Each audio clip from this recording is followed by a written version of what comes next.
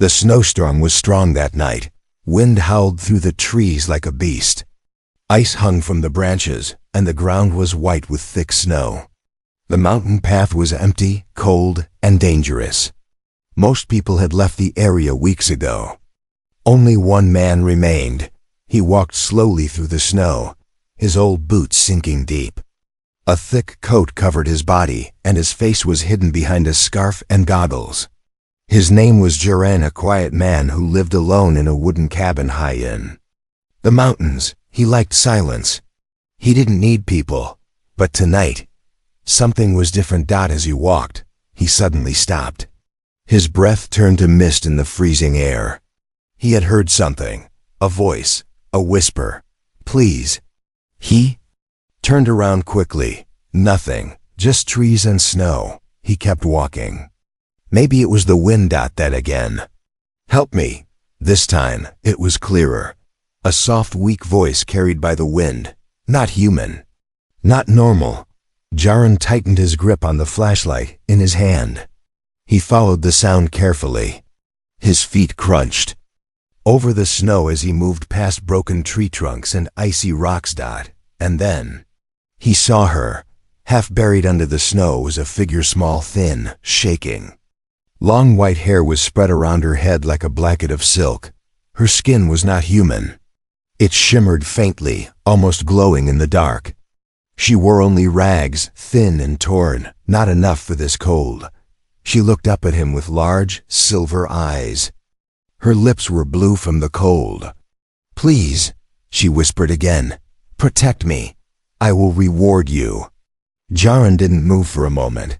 His heart was racing. An alien?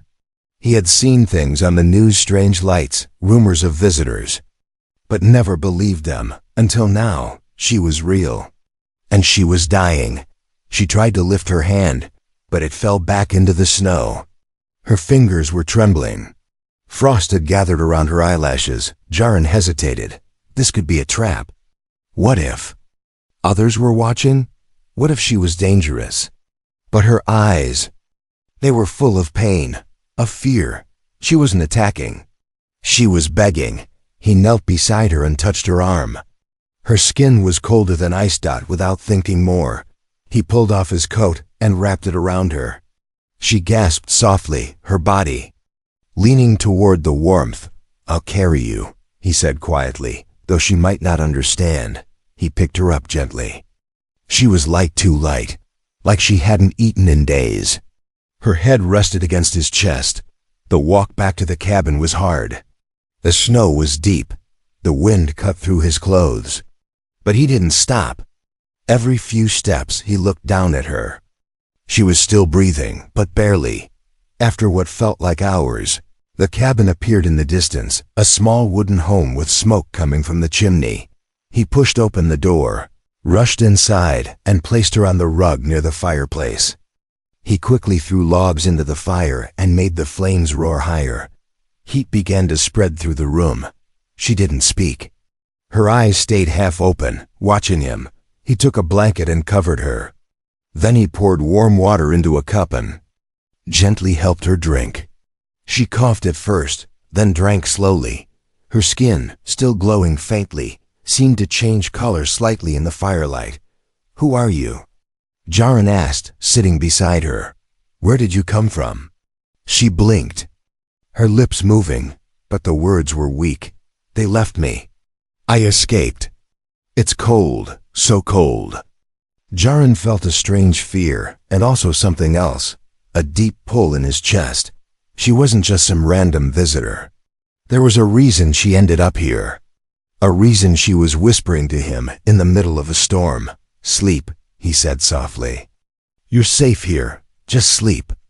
As her eyes closed, the wind outside screamed louder, like the night itself was angry. But inside the cabin, there was warmth, fire, silence.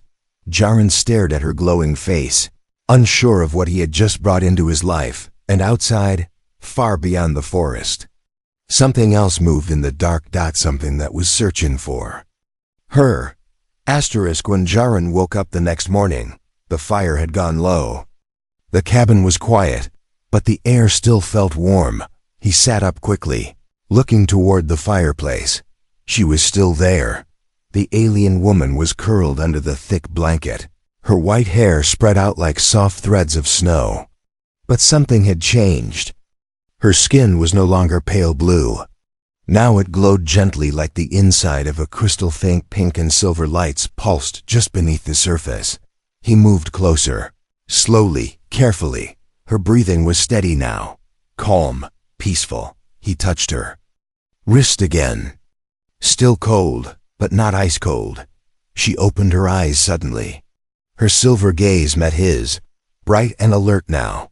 "You brought me back," she whispered, her voice stronger than before. "You gave warmth." Jaren nodded once. "You were dying." She sat up, the blanket slipping off her shoulders. Her skin shimmered in the light. Her face looked young, but her eyes felt ancient, like she had seen hundreds of lifetimes. Jaren turned his eyes away politely. "I'll find you more clothes," he said. She tilted her head. "You do not demand a reward?" "I didn't save you for reward," he answered simply. She stared at him for a long moment, as if studying a strange animal. Then she said, "You're human." "Yes." Her hands touched the wooden floor. "It's warm here, strange. Your world is rough, cold, and kind." He brought her a sweater and pants as extra clothes. She struggled to wear them, unused to the texture and form. But once dressed, she sat near the fire, closing her eyes like she was listening to something far away. Jaren made her tea. He handed her the cup. She sniffed it, curious, then took a sip. Her eyes widened. "This is pleasant." "It's peppermint," he said with a small smile. "It helps you stay warm." "Warm," she repeated, as if tasting the word. "Your world has strange magic." Then, her body trembled for a second. A glowing light moved up her arms like energy waking up inside her. Jaren backed away slightly. "What's happening?" he asked. "My body, it's returning," she said slowly. "My systems were frozen. You melted the ice inside me." He didn't fully understand, but her next words chilled him. "They will come." "Who?" "The ones hunting me," Jaren frowned. "Why?" "I escaped," she said, voice low. "I was not meant to survive. I am not from the sky, you know. I am from beneath it. From a ship buried far beyond your stars. Stolen property." His eyes widened. "You were a prisoner?" "Yes, I was taken, used, sold, and I ran." She looked into the fire. "But they hate escape. They will search every cold world. Even this one, until I am back in chains." Silence fell between them. Outside, snow began to fall again. Jaren stood and looked out the window.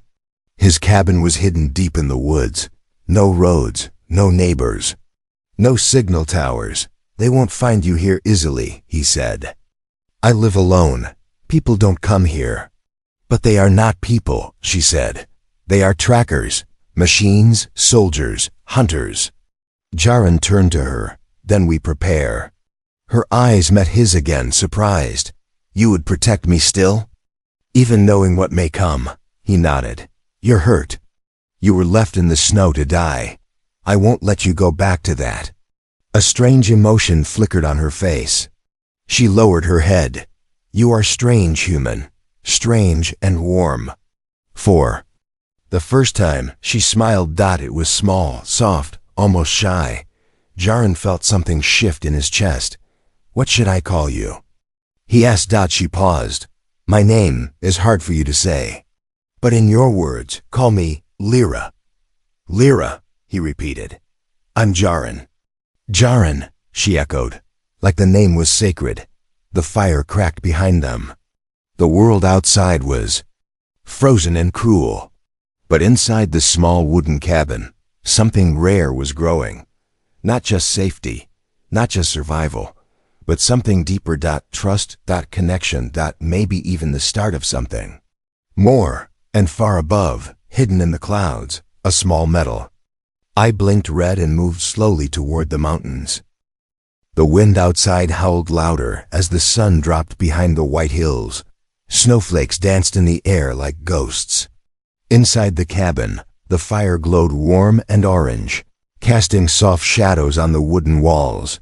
Jaren watched Lyra closely as she sat beside the flames, sipping tea from a cracked mug. She was quiet, too quiet. Her silver eyes reflected the firelight like mirrors. She had barely spoken all day, but something was changing in her. Her color was brighter now. Her skin shimmered softly, glowing from within. The light pulsed faintly along her arms and neck, and her hair, once tangled and dull, now looked smooth like silk, floating slightly as if touched by invisible wind. Jaren cleared his throat. "Are you feeling stronger?" She didn't answer at first. Then she placed the mug down and looked at him. "You've done more than protect me," she said. "You gave me time, life, choice." He frowned. "What do you mean?" She stood, slowly, the blanket falling from her shoulders. "I come from a place where kindness does not exist, where warmth is weakness, where rewards are given only for obedience and pain." Her voice trembled slightly, not with fear, but with memory. "I was made to obey, to serve, to please others who bought and sold me." Jaren's jaw tightened. "That's wrong." She nodded. "Yes, and I ran. I ran until the cold almost killed me." She stepped closer to him. Her bare feet made no sound on the floor. She stopped just in front of him, looking up at his face. "But you didn't chain me. You didn't demand anything. You didn't even ask what I could offer." He shrugged, uncomfortable. "You needed help." Lyra touched his chest gently. Her hand was cool, but her touch made his heart beat faster. "In my world," she said softly, "the greatest gift one can offer is loyalty. The second is shelter. The third is bonding." He blinked. "Bonding? It means connection. It means protection beyond death. It means I stand by you, fight for you, follow you, until your last breath." He stared at her. "That's a big reward." She smiled again, wider this time, but still soft. "You didn't ask for it, but you earned it." Her hand moved to his shoulder. "I offer it now, freely, not because I am forced, but because I choose." He didn't know what to say. The fire popped behind them, sending sparks up the chimney. Outside, the storm grew stronger, but in the small cabin, the air was still. "I'm just a man," he said after a moment. "I live alone. I chop wood. I fish. I'm not a warrior." "You don't need to be," she said. "Your kindness is sharper than any blade. It cut through everything they taught me." She stepped back and kneeled in front of him. "I give myself to your protection, Jaren. I offer loyalty, shelter, and bonding. And if you accept it, we will stand together when they come." He was silent. His heart pounded in his chest. No one had ever looked at him the way she did. Now, not with fear, not with pity, but with faith. Then he knelt too, not because he understood all her customs, but because it felt right. "I accept," he said, his voice low. Lyra placed both hands on his, and for a moment, a soft white light glowed around their fingers, a pulse, like two hearts syncing for the first time. When it faded, she looked into his eyes. "We are linked now," she said. And then she smiled fully, for the first time, but the moment was broken by a sound. Beep. Soft, high-pitched, coming from outside. Jaren stood quickly and grabbed his old hunting rifle. Lyra rose too, her glow dimming. "What was that?" he asked. She looked toward the window, eyes narrowing. "They found me." The beep outside repeated. Once, then again. Then silence. Jaren held his breath. The sound had come from beyond the trees, just past the frozen creek where he set traps for rabbits. It wasn't natural. It wasn't wildlife. It was a machine. Lyra stood still as stone, her glowing eyes focused on the cabin door. "They've released a scout," she said calmly. "A drone. It scans heat, life, energy." Jaren tightened his grip on the rifle. Can. It's see-through walls? She shook her head.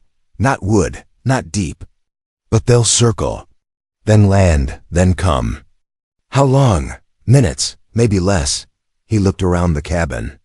It was home peaceful small, filled with old furniture and books.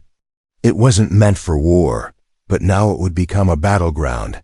Lyra walked to the fireplace and knelt beside it. She picked up one of the hot coals and placed it in her hand. It didn't burn her. Instead, her skin absorbed the heat. Her veins glowed brighter, her breath steadier. You're charging yourself? Jaren asked.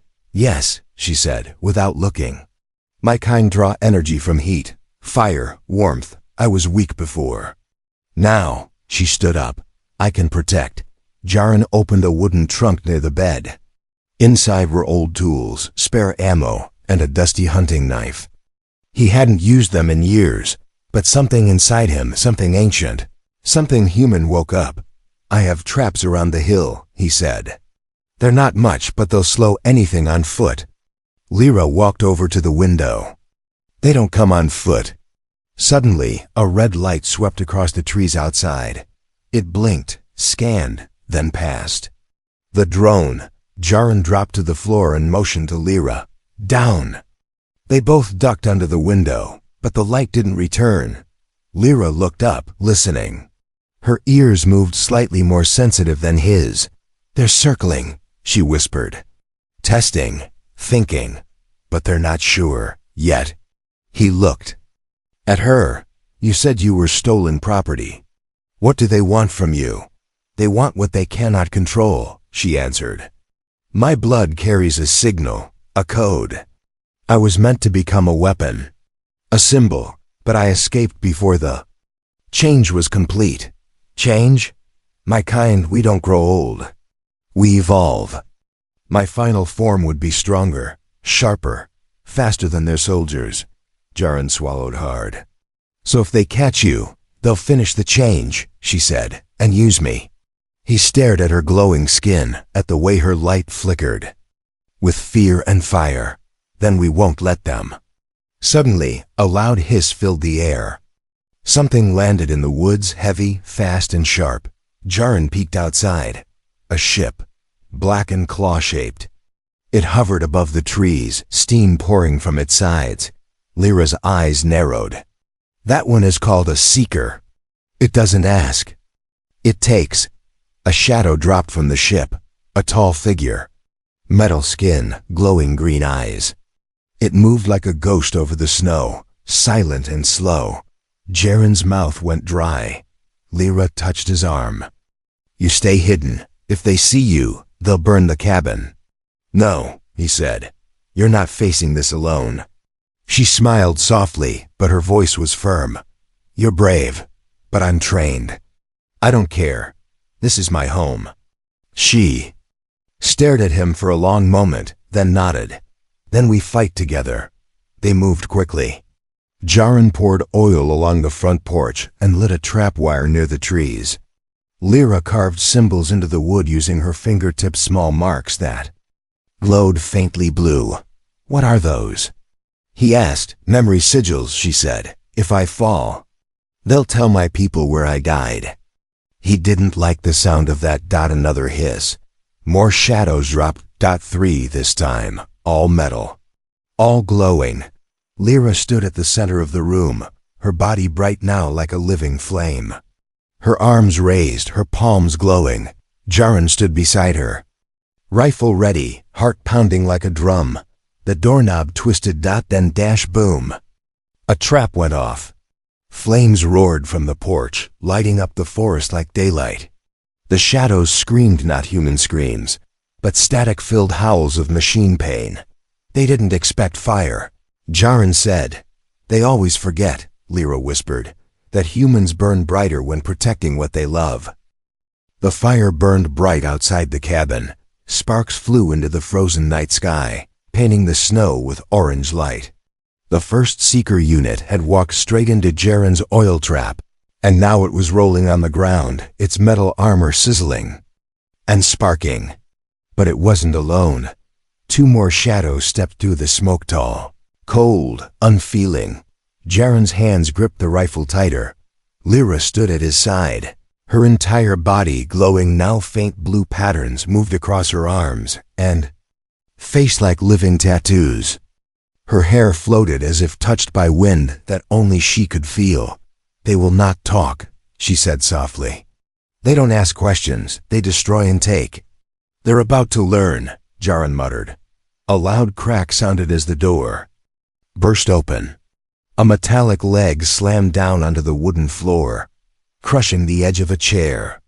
The second seeker entered, its head scanning. Glowing red, Jaren fired.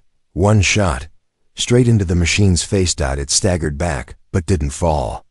A deep dent appeared on its helmet, sparks flying. Jaren took another shot, this time at the chest. It stumbled again. Then Lyra raised both her hands. A sudden pulse of blue light blasted from her palms, hitting the seeker like a shockwave.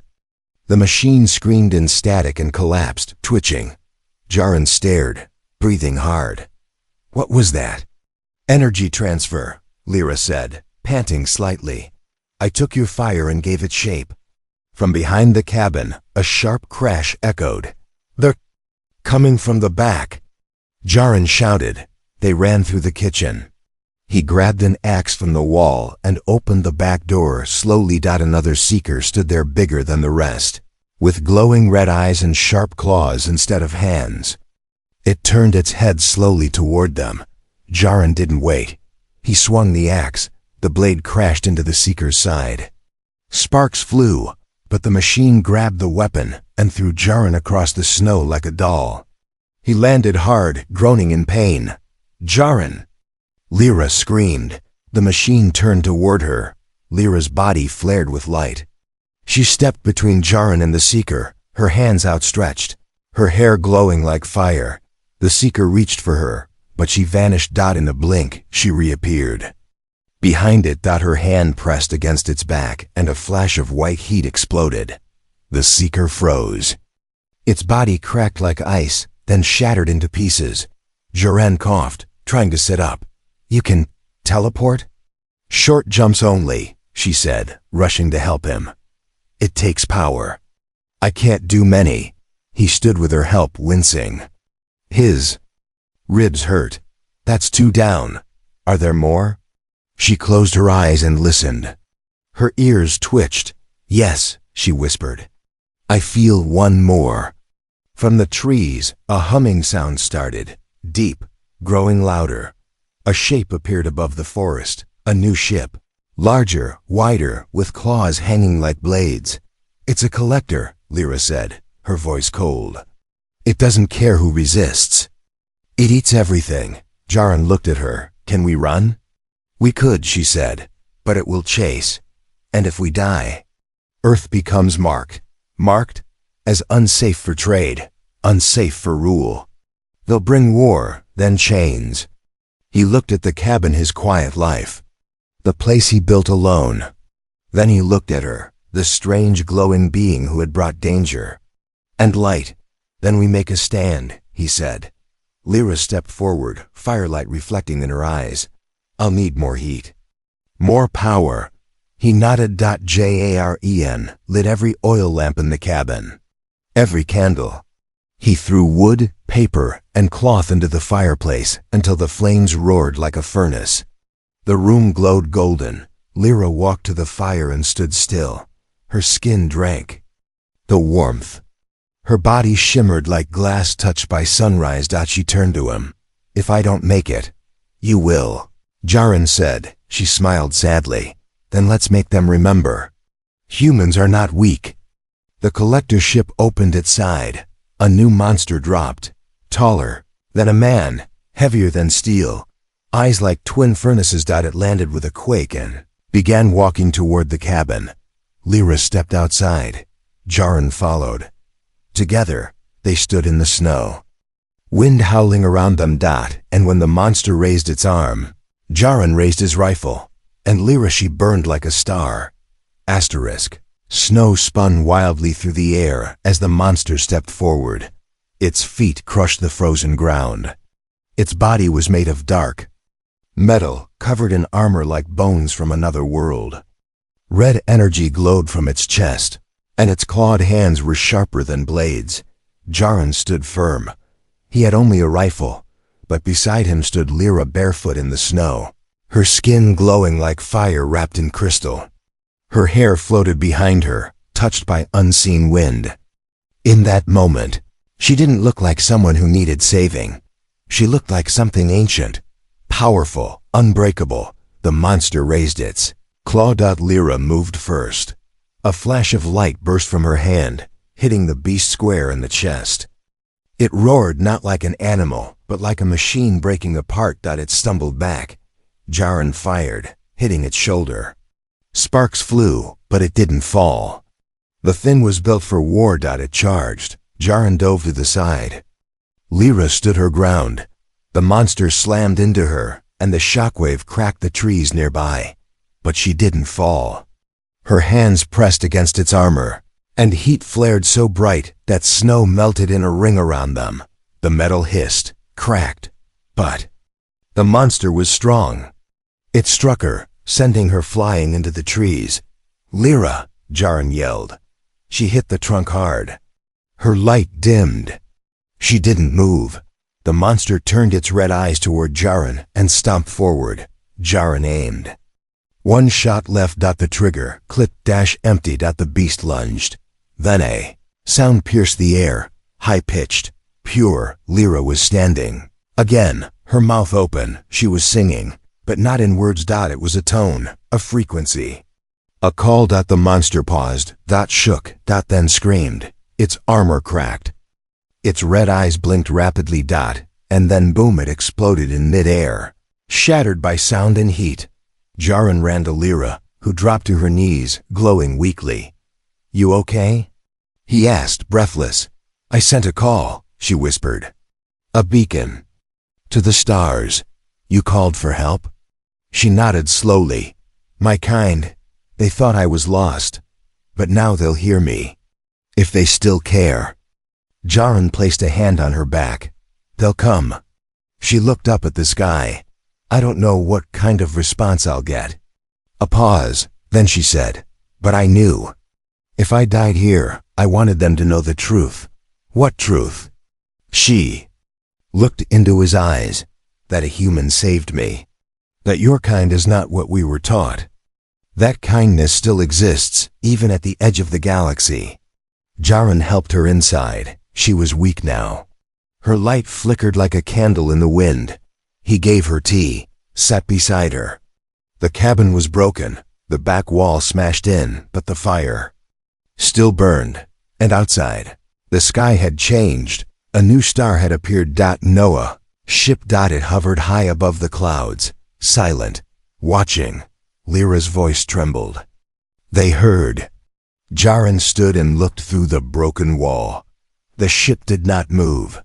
It just waited. Then a soft blue beam came down, gentle, slow. Lyra stood again, shakily.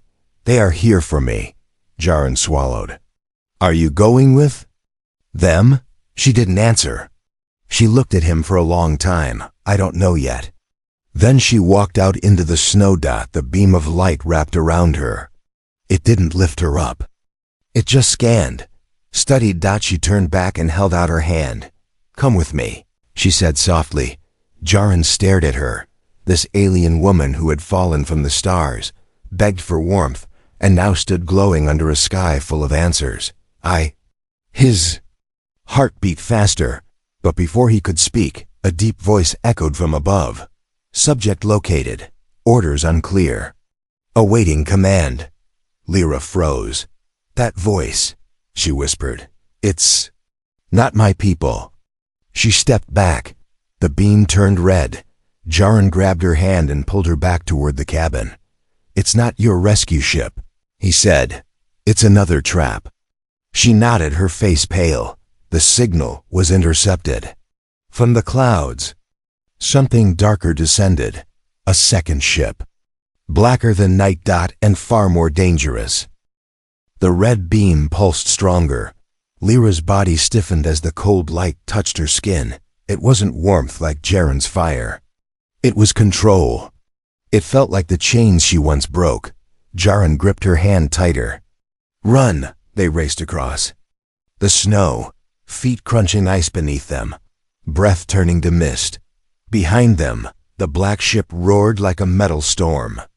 It opened its side doors, mechanical arms reaching out like claws. The voice echoed again. Subject detected. Return protocol engaged. Human interference will be neutralized. Lyra gasped. It's them, the traitors, the ones who caged me. Jaren turned sharply, dragging her behind a rock ridge. The ground shook as the ship lowered. He pulled out his last flare and shot it into the sky. A red trail, a signal. We need your people now, he whispered. Lyra nodded, panting. They must have heard my song. They must be close. The black ship fired a warning shot, laser slicing. The trees. The snow sizzled and turned to steam. Then dash silenced. The wind stopped. And the stars above flickered. No. Not stars. Another ship was arriving. It slipped out of the sky like a ghost, sleek, silver, elegant. Quiet as moonlight. Lyra's eyes filled with tears. They came.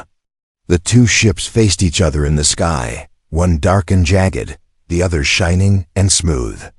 The cold world below became their battleground. From the silver ship, a beam of golden light stretched toward the ground, and a voice spoke, gentle, clear, alien but kind. Lyra of the fallen line, you are not forgotten. You are free to return. She stood slowly. Her body shimmered with that same inner light, the warmth that Jaren had awakened, but she turned back to look at him. You gave me fire when I had nothing, she said. You gave me safety, a home, even when you didn't know me. He looked down. You have a place out there, Lyra. You should go. Be free, be powerful. She stepped closer. And leave the only person who saw me as more than a tool? He didn't answer. She reached out and touched his cheek. They will take me as a guest, but I choose where I belong. He met her eyes. You don't have to choose now. I already did, she said softly. She turned to the golden beam, but didn't step in. Instead, she held out her hand to Jaren. Come with me. He laughed once. I chop wood. I can't fly ships, she smiled. You made a fire that reached the stars. That's more than flying. The golden beam grew wider, like it accepted both of them. Then, without another word, Lyra stepped into the light, and Jaren followed. The black ship tried to move, but a blast of golden force hit it, pushing it back into the sky. The dark ship shook, whined, then warped away, broken and humiliated. The light from the silver ship faded, and in the empty sky above Earth, only silence remained. Hours later, the cabin stood quiet once more. The fire was low. The broken chairs, the shattered door, the burnt snow, all were signs of what happened. But Jaren and Lyra were gone to a place where stars held secrets and kindness was rarer than diamonds, and far, far above that cold, forgotten world. A cabin door opened, but this one wasn't made of wood, and a voice whispered, "Welcome home, both of you."